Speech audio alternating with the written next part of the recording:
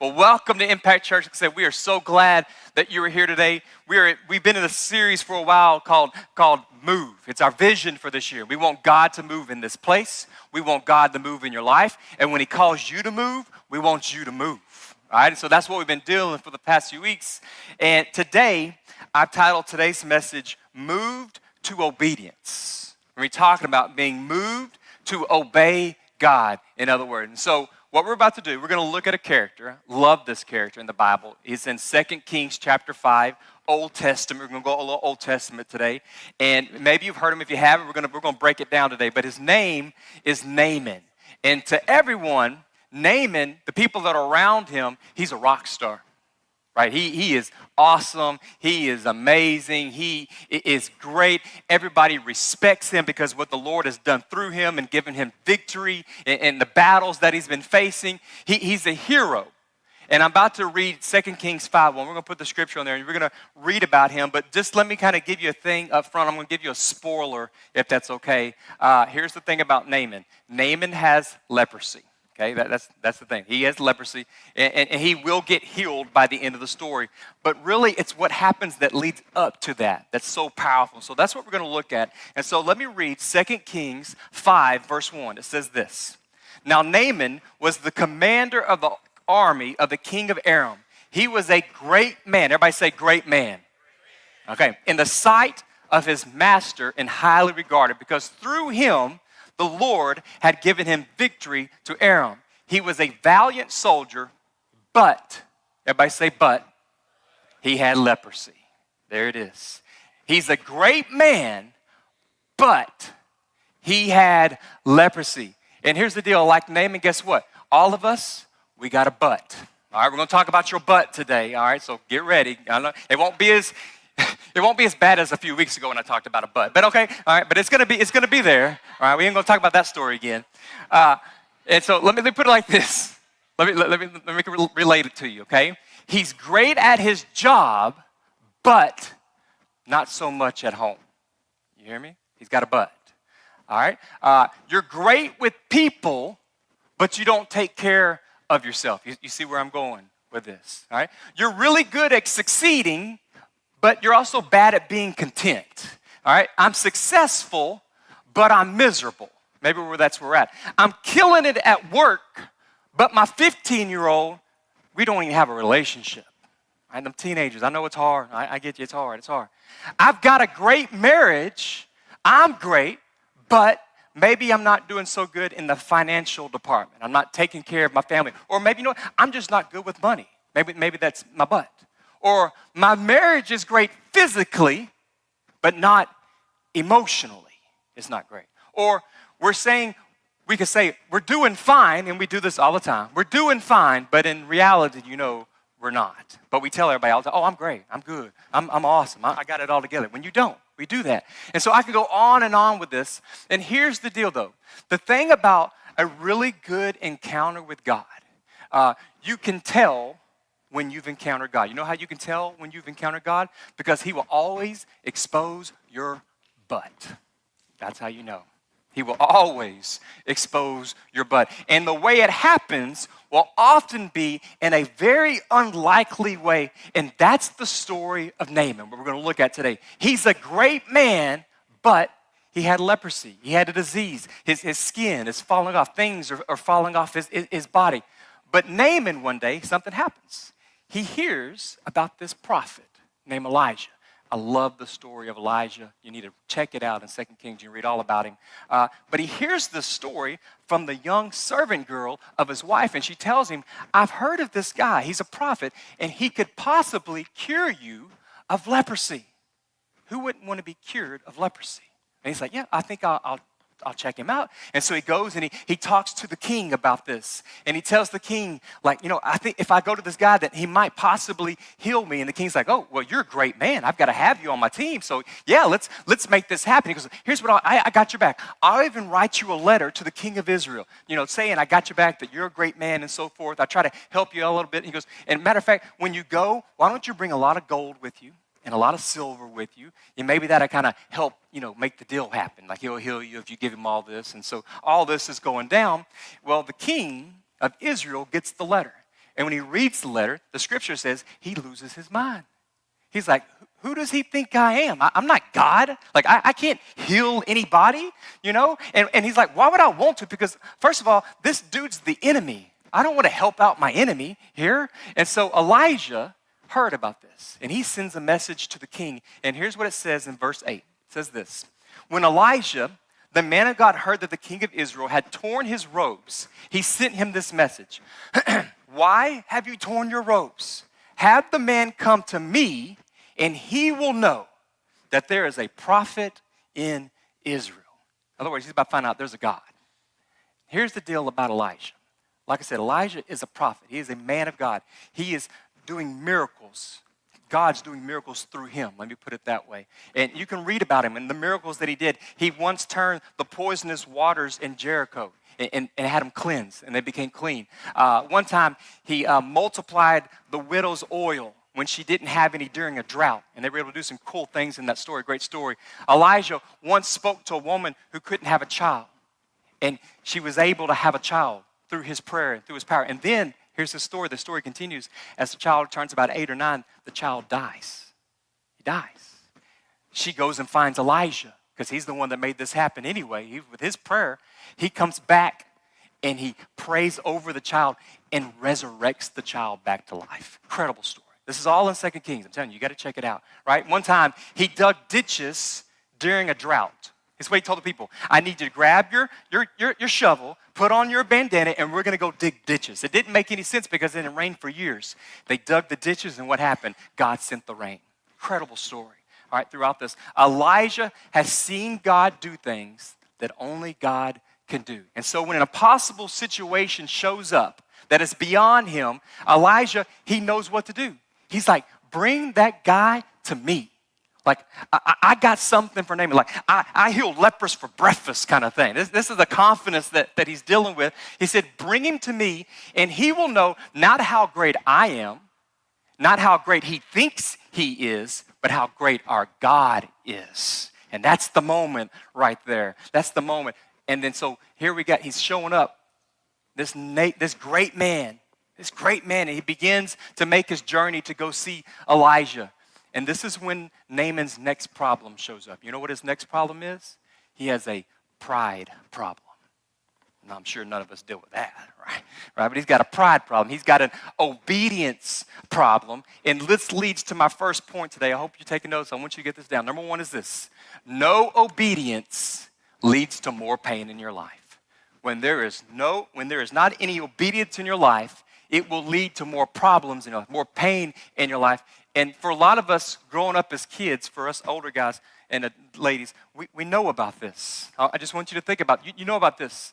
Because if we weren't obedient to our parents, we felt the pain, right? Who's with me? Who felt the pain? Let me see it, right? Now, for some of you, you spoiled brats. No, I'm just kidding. Yeah. So for some of you, the pain was they just grounded you, right? And some of you were angels and you never got in trouble anyway, so you don't have to worry about it. But sometimes you got grounded from people, or you got grounded from your car or things. Back in the day, we didn't have cell phones, so we really, whatever. They just unplug it from the wall. You got grounded from a pager? You never got in trouble. What are you talking about? For others, it was physical pain, right? From the spanking from mama and from daddy. You know what I'm talking about. And sometimes, parents, you just grab whatever you could find. We forgive you later, but it's wooden spoons. I hope you didn't get hit by a wooden spoon, but maybe a wooden spoon. Some of you had paddles. Some of you, it was the belt. A lot of us, it was the belt, right? For some of us, it was the switch. Okay, raise your hand if you ever got whipped with a switch. Man, this church has been in trouble. And then the parents would say, like, my dad, you know this. Go pick out your switch. Why would I want to do that? Why would I go pick out the weapon you're about to kill me with? Like, I'm coming back in with a flower. I ain't coming in with no switch. And if it's going to be a switch, it's going to be this big. You know what I'm saying? I ain't doing that. But no obedience leads to more pain. Naaman is about to find this out in his story, because here's the deal. He rose up to Elijah's house because he's a great man.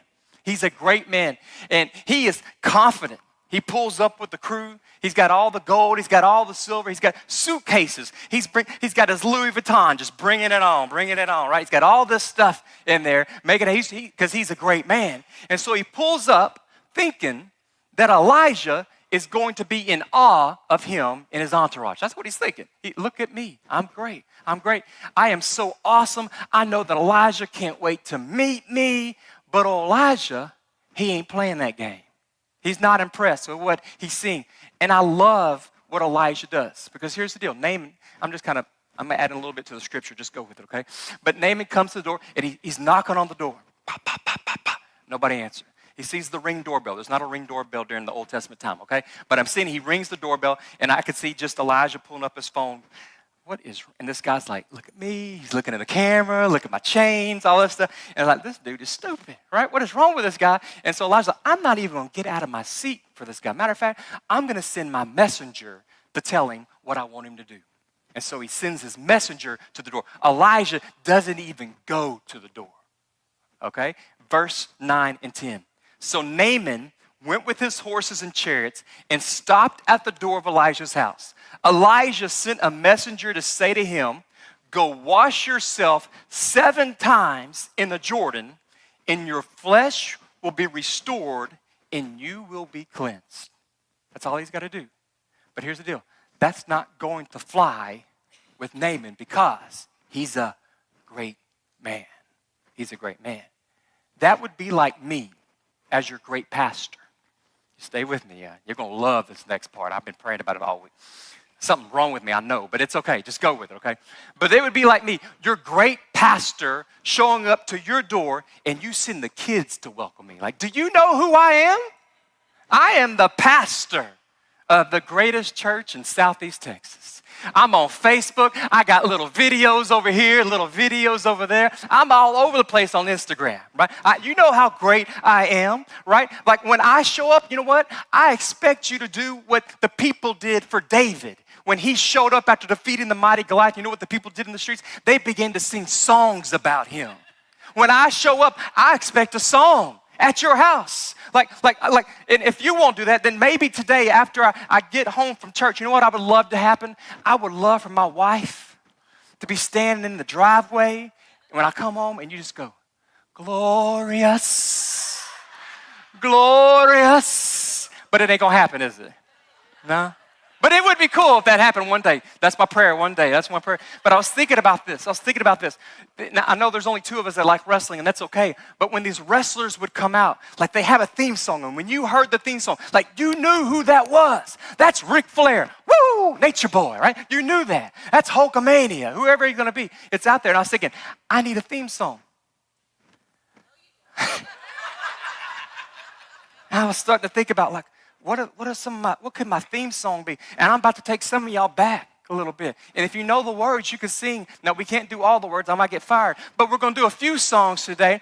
And so this first song, I'm going to call it Pastor's Paradise. Hit my song. Oh, come on now. You know the words. Come on. Don't leave me hanging today. You're about to walk through the valley. As I walk through the valley of the shadow of death. Come on. Y'all gangsters, you got whipped. Y'all know who you are. Even my mama. Yeah. Okay, that's good. That's good. We don't want the cuss word part. And I thought, that's a good song. Pastor's Paradise.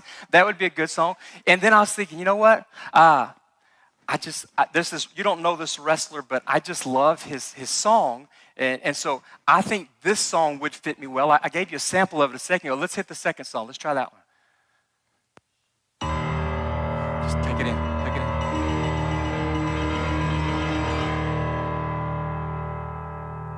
Glorious. No, I won't give in. I won't give in till I'm victorious. And I will defend.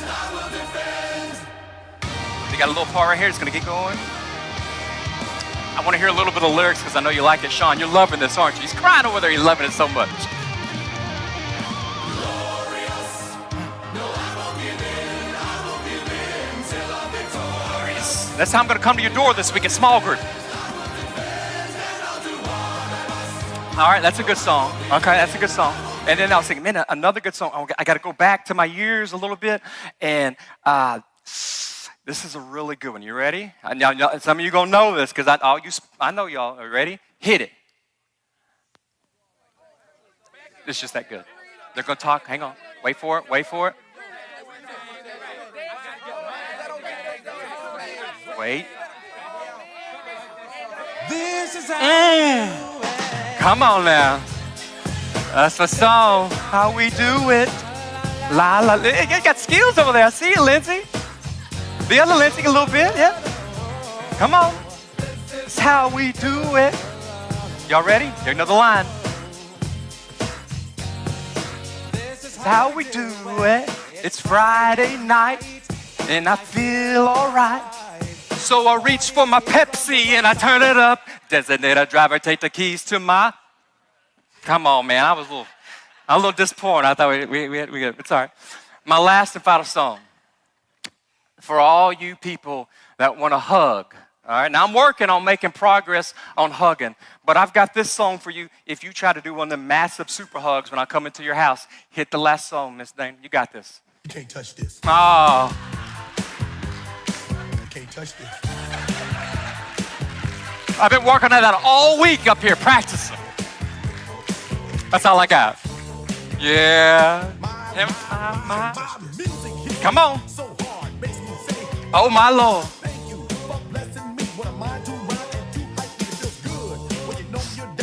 That's good. That's good. That's good. Y'all good. All right, y'all get it? All right. Now, honestly, I got to catch my breath after that dance. I'm just kidding with y'all. I'm just kidding with y'all, right? I'm never coming back to this church again. That's okay. Please come back. But I was thinking about this, and my wife reminded me of this the other day. I met, and I'm going to talk about this a little bit later, but I met with the Spanish church that meets here on Saturday nights. And it was quite interesting. And we were sitting there talking, and I'm just going to tell you, they take care of their pastor in the Spanish church. I'm just saying, they take care of their pastor. And I'm sitting there, and we're in this meeting, and they're talking and telling me, and all of a sudden I hear a knock on the door. And he says, I hope I don't mess this up, Entre, por favor. Please come inside. I'm feeling good about that. I've been working on my Spanish. Entre, por favor. And this guy walks in, and he's got this plate of fried chicken. I mean, just a big old plate of fried chicken. He comes in, and he sticks it on the table.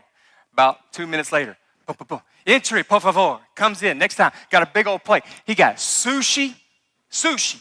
I got chips and grilled chicken and guacamole and queso. I'm thinking, man, all I get is a donut every once in a while. What in the world?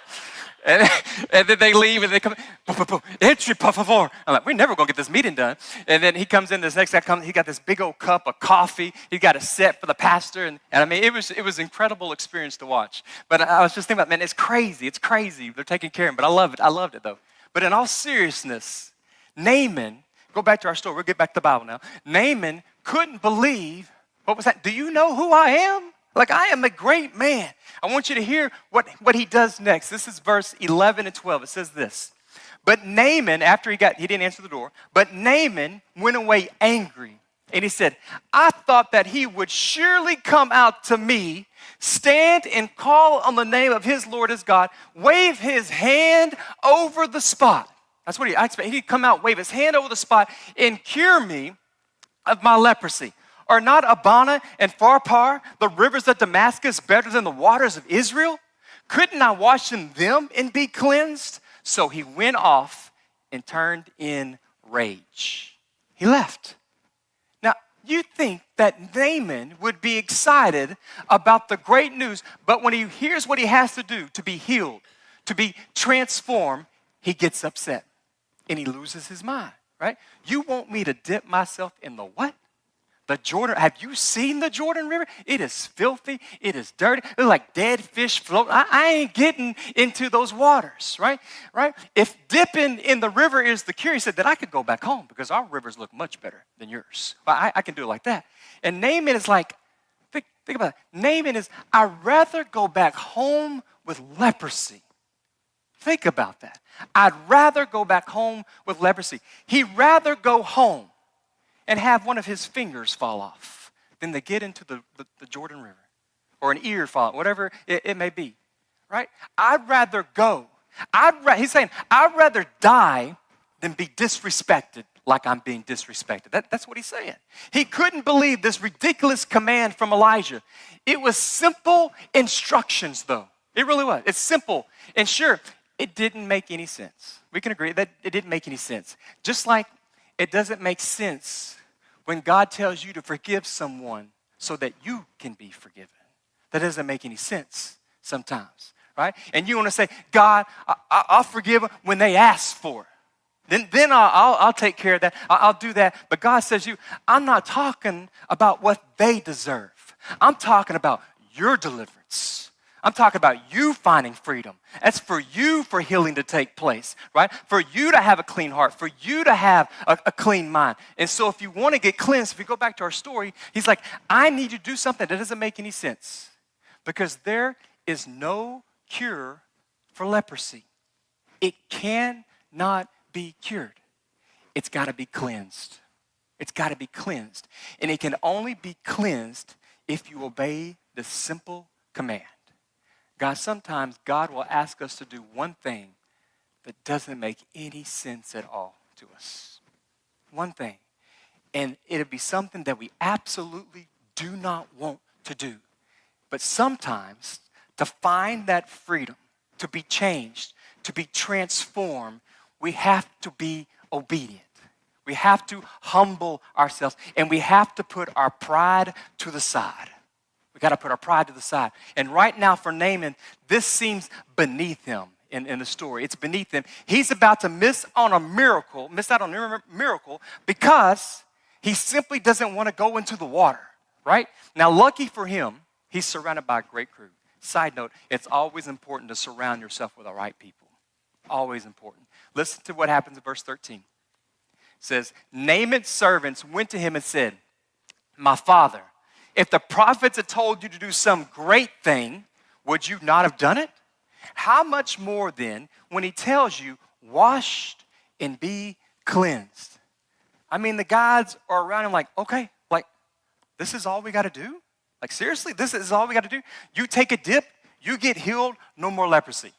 Bada bing, bada bang. That's all you got to do, right? But no obedience always leads to more suffering and more pain. And that's what Naaman is about to do.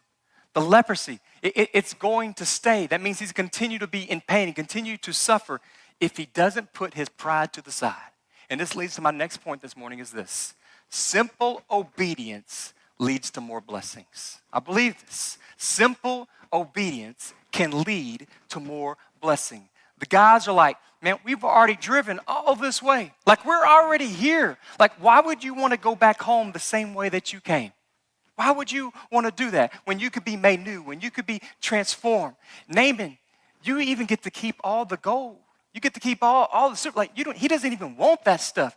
And you could go home like, this is easy. This is easy.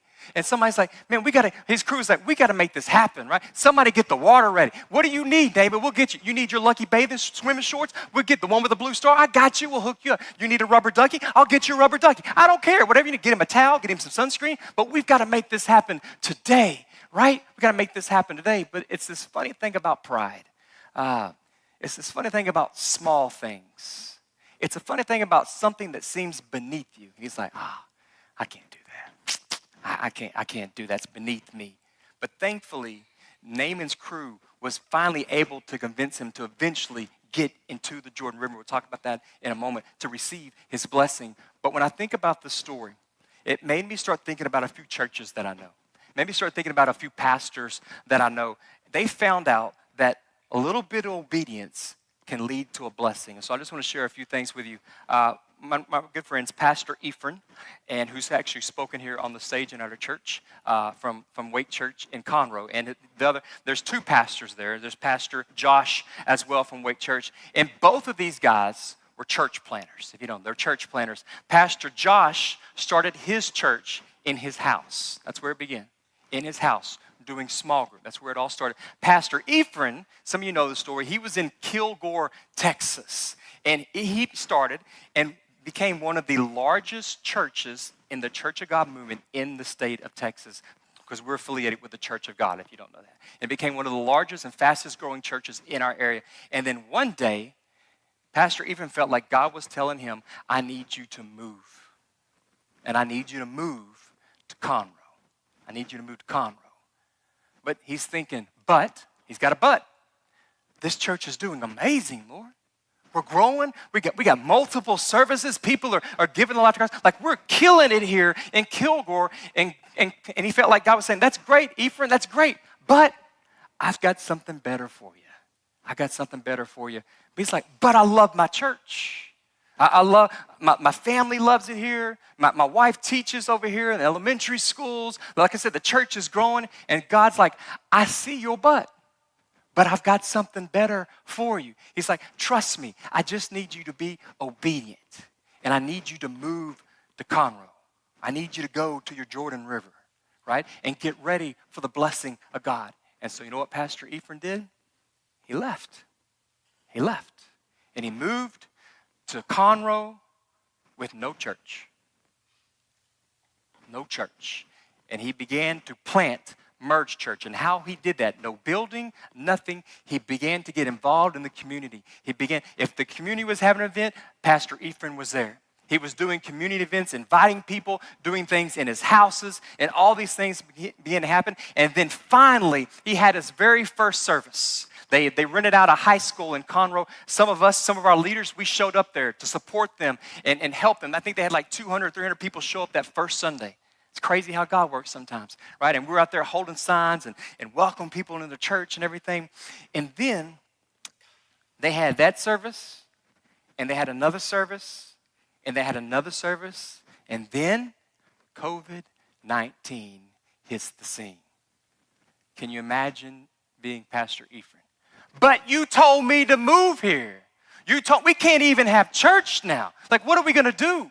Right? What are we going to do? How are we going to make this happen? Right? It's crazy.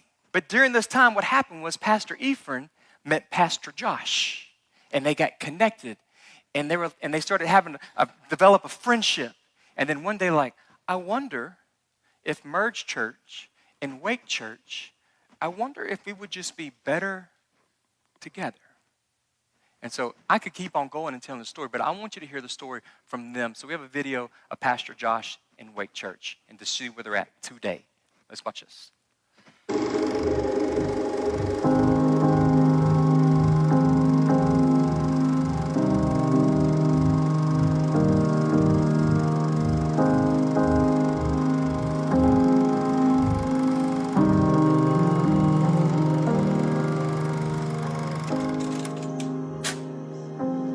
I remember one of the very first things that we did together with our team was we handed each one of them a small mustard seed. And I wanted them to be encouraged to say, don't despise small beginnings. And it's incredible to see what God has done throughout the years with just that one simple, small step of faith, that we trusted and knew that God had called us to plant a church in the city of Conroe, and we knew that God was going to do what only God can do. All we had to do was step out in obedience.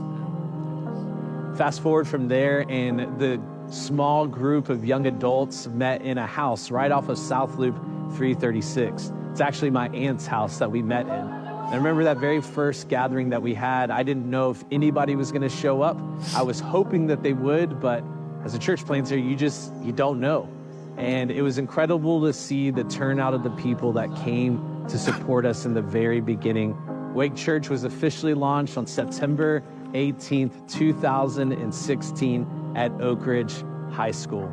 And man, that small seed of young adults turned into an incredible gathering. One of the things that we deeply care about here at Wake Church is church planting. And I have the unique opportunity of getting to partner with the Houston Church Planting Network to help coach church planters. And it was honestly the catalyst for us to meet Pastor Ephraim and Megan. It was incredible to see the work that they put into here in the community. And they had an incredible launch Sunday on February 8th of 2020. After navigating the terrain of the COVID season, Pastor Ephraim and myself, we began to ask the question if we were better together. January of 2021, Wake Church and Merge Church came together, and that became the catalyst for us to purchase this building that we're sitting in today. In fact, I remember on launch Sunday for Merge Church, I got to go up and visit them in Pete Junior High. And after launch Sunday, I called Pastor Ephraim and I was like, hey man, have you thought about that Kroger right there? It's unique to think that 4 years ago was the first time that we saw this space, and now we're sitting in it today.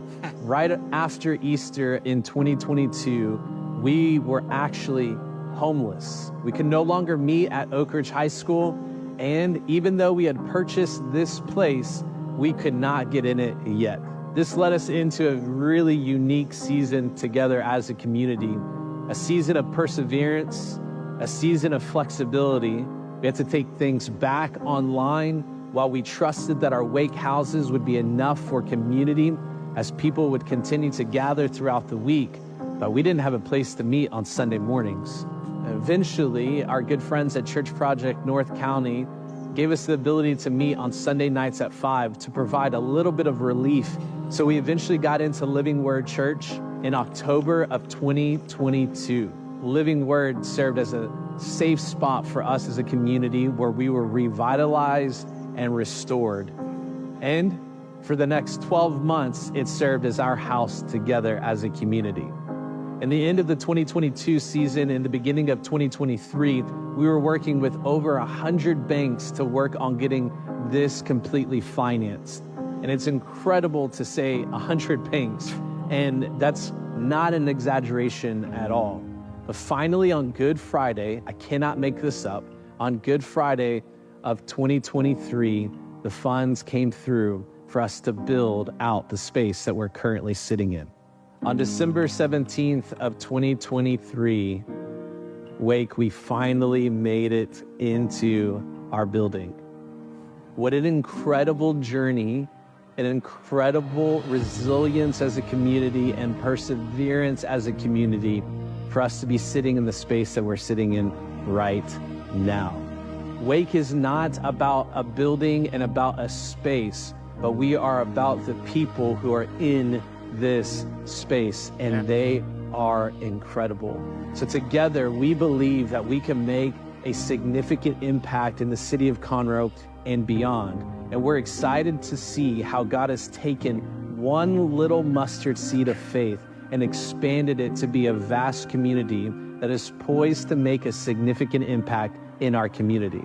So I hope you're ready to see what God is going to do in this new chapter of our church. I cannot wait to see what he does, and I hope you're ready to be a part of our story.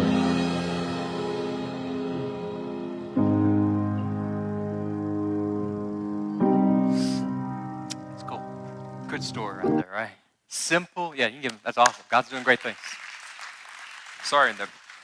Simple obedience can lead to more blessings. And I was thinking about that. Let me just say this side note. After Pastor Ephraim left the Kilgore Church, his brother, Pastor Manny, took over the church. And his brother is an incredible man of God as well. He had some bumps along the way anytime you're planting a church and starting over. But now God is doing amazing things once again in Kilgore. But it's just crazy how God works things out sometimes. And I was thinking about this church.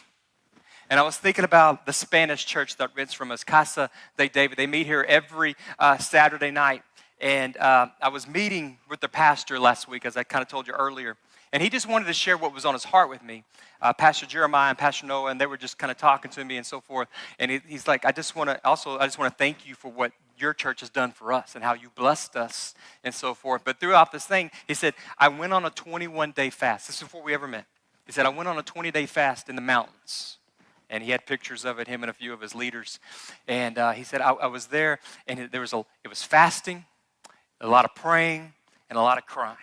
That's the experience. And he just began to talk about the experience. And at one moment, he said, when we were there, he asked me, have I ever seen an angel? I said, I've never seen an angel other than my wife. Boom, bonus point. I didn't say that. I just thought of that right then. But anyway. But I said, no, I've never seen an angel. And he said, we saw an angel. And he took out his phone, and he had the mountains, and he showed me this picture of the silhouette of and it chill bumps, just chills going up my arm. Ooh. I was like, okay. I said, I'm listening. He just began to share, his vision for what they want to do as a church and how they want to reach the Spanish-speaking people of the Golden Triangle. That's what they want to do, and beyond. And Beyond, he just began to share all this with me. And he said, while I was up there, I had a vision, and the word that came to me was impact. We never even met. Never even met. And what's crazy, and I've kind of shared this a little bit, but one time me and Laura and a few of our other leaders, we were talking about, like, what if we could be that church that maybe could help other church get going, help other maybe church plants kind of get going and get started in their community and so forth. And we just had that conversation. And the next day, they're driving by, some of their leaders from their church drove by and they saw impact.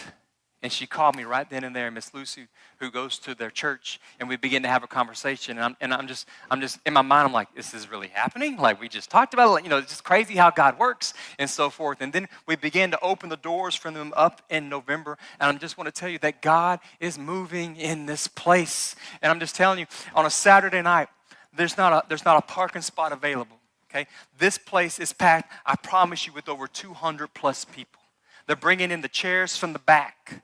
Right? They got amazing kid ministry going on the other side. I got a few pictures. I can think about 3 pictures. Can we show one of those? Just want you to see what I'm talking about right here. Just packed and packed and packed and going around the side. What's the next picture? What do we got? And I love their passion for God, their obedience for God. When they're worshiping, they're not sitting down. Nothing's wrong with that or anything, but they just surround the stage. And they're just excited about Jesus, man. They're excited to worship. I got another picture of them, I think, just showing the passion that is in these people who love the same God that we love. And I love, like I said, what God is doing in this place. And I want to go back to that meeting. And we were talking to see obedience always leads to blessings. And I believe that. And so he began to talk to me about, like I said, how we have been a blessing. And I began to share, and I wanted to share a little bit, and I shared with him, I said, you know, we took a chance. Because I'm be honest, you're taking a chance when you invite people into, because things can get what? Broken, messed up. It can happen, it will, right? Things won't be the same and so forth. But we really felt like this is what we need to do as a church, and they have been a blessing to us. And I began to tell them, like, you know, here's our future plans by Easter, man. We want to finish painting the outside of the building and just little things. You know, have you seen on the other side the new carpet on the other side, a new paint job on the other side that our guys did, and lighting is looking great over there, and the front of the church, making that and changing that. And I said we want to make it look better in here with a new flooring instead of a basketball court. Nothing wrong with a basketball court. We just want to make it look better. We talked about being great in everything that we do. And I want to be great in here and make it an amazing atmosphere. And I told him, yeah, it's probably be about 20,000, something around there. You know, we're getting there. We're there. I mean, it's not like we can do it. If we want to do it right now, we can do it. That's how blessed we are right now. Okay? And then he stops. And he this is, I said, okay. He said, here's what I want you to do. He said, you buy the materials, and we'll put the floor in for free. Yeah. You buy the materials, we'll put the flooring in for free. He goes, I've got a crew. It can make it happen. Now, we got to do it at nighttime, but we can finish it, and we will finish it in that night. And they'll do the entire, not just Joe Schmo off the street, like professional, this is what they do.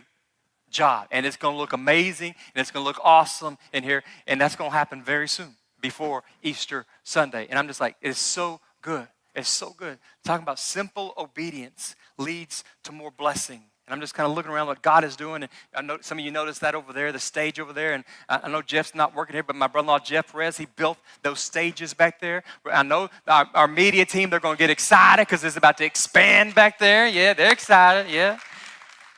Yeah, it's going to be good. God is doing some things. Back to Naaman. Oh, Naaman had a choice. Am I going to be obedient or not? And this leads to the final thing that I want to say because we're running out of time. And see, for you to be obedient, God is asking you probably to do just one simple instruction, one simple step, like Naaman. And here it is, verse 14 says, and the third point is this, take the dip. That's what he needs to do. That's what we're going to do. We've got to take the dip. Verse 14. So he went down and he dipped himself in the Jordan 7 times as the man of God had told him. When his flesh was restored and became clean like that of a young boy. The word translated here, watch this, for the word boy is the word servant. That's pretty cool. The word translated for boy here is the word servant. So it isn't that his messed up skin was transformed, his heart got transformed as well. The great man became a great servant. Why? Because he took the dip. That's why. He took the dip. 7 times he dipped into that Jordan water. And I just want you to think about this for a second. He had to do it 7 times. Dip 1, nothing. Dip 2, nothing. 3, 4, 5, 6, and nothing is happening. And don't miss this. He's obeying, but he's not seeing any changes yet. He's obeying, but he's not seeing any changes yet. He has to have faith to keep going, even though he wasn't seeing anything happen, even though he wasn't feeling any changes. He had to keep going, and I'm telling you, you got to do the same. You got to do the same. You keep praying. I've been saying this for a week. You keep praying. You keep coming to church. You keep surrounding yourself with the right people. You keep saying yes to Jesus when he tells you to do something, right? Naaman kept going. And on the 7th dip, he was healed. And here's how it went down in verse 15. Watch this. Then Naaman, he's healed. And then Naaman and all of his attendants went back to the man of God. He stood before him and said, "Now I know there is no God in all the world except in Israel." I love that. There is no other God except your God. Now my God. There's no other God, right? Naaman was transformed. And the good news is, so can we. So can we, right? What's the dip look like that God's calling you to take? That's what you got to answer. What is he calling you to do? How does God want to change you? How does he want to transform you? How does he want to transform your heart? I have a simple suggestion for you. And like Elijah, it's easy, okay? It's easy. But some of you will say no today. Some of you have been saying no for years, matter of fact, if we're going to be a little bit honest, a little bit transparent. And like Naaman, maybe some of you, you're struggling with pride. Maybe struggling with a little fear mixed in there. You've got some spots like Naaman, and you know what they need to be? They need to be healed. They need to be healed. They need to be cleansed. In other words, you know what's that? You got a butt. You got a butt. That's your problem. We got a butt. Are you ready for an easy suggestion? And it's going to be easy. Are you willing to be obedient to the Lord is the question you're going to have to ask yourself today, no matter what it is. Are you going to be willing, if this is what he's calling you to do today? He might not be telling somebody to do this, but he might be telling you to do this today. Or the question is, are we going to walk away from the Jordan River today and leave the same as how we came in here today? Or leave different? Or do you want to keep leaving? And you can leave today. And you can still be hurting when you leave this place. You can still be frustrated. You can still be angry. You can still be in pain. But all you got to do today is, I'm asking you to just be obedient. Don't refuse to take the dip. So what is the dip, Pastor? What's the dip? You ready? It's real simple. Here's the dip. Here's my suggestion. Move and come up and get prayer today. That's it. That's it. Move and come and get prayer. That's it. It's just, I simply want you to move from where you're at and move to one of our prayer team members and let them pray for you today. Let them encourage you today. Let them pray over you. You want them to anoint you with oil? We'll anoint you with oil. Whatever you want, we'll do. I need, for some of us, we got to put our pride to the side and we got to get vulnerable.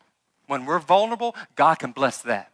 God can heal that. He can help that. Or maybe for some of you, what he's saying is you just stay right where you're at. That's okay too. You stay right there at your seat and you pray. Or if you really want to go, you go over here and you spend some time on your knees, humbled before God and spending some time with him. I've given you a simple instruction today. Move and get prayer.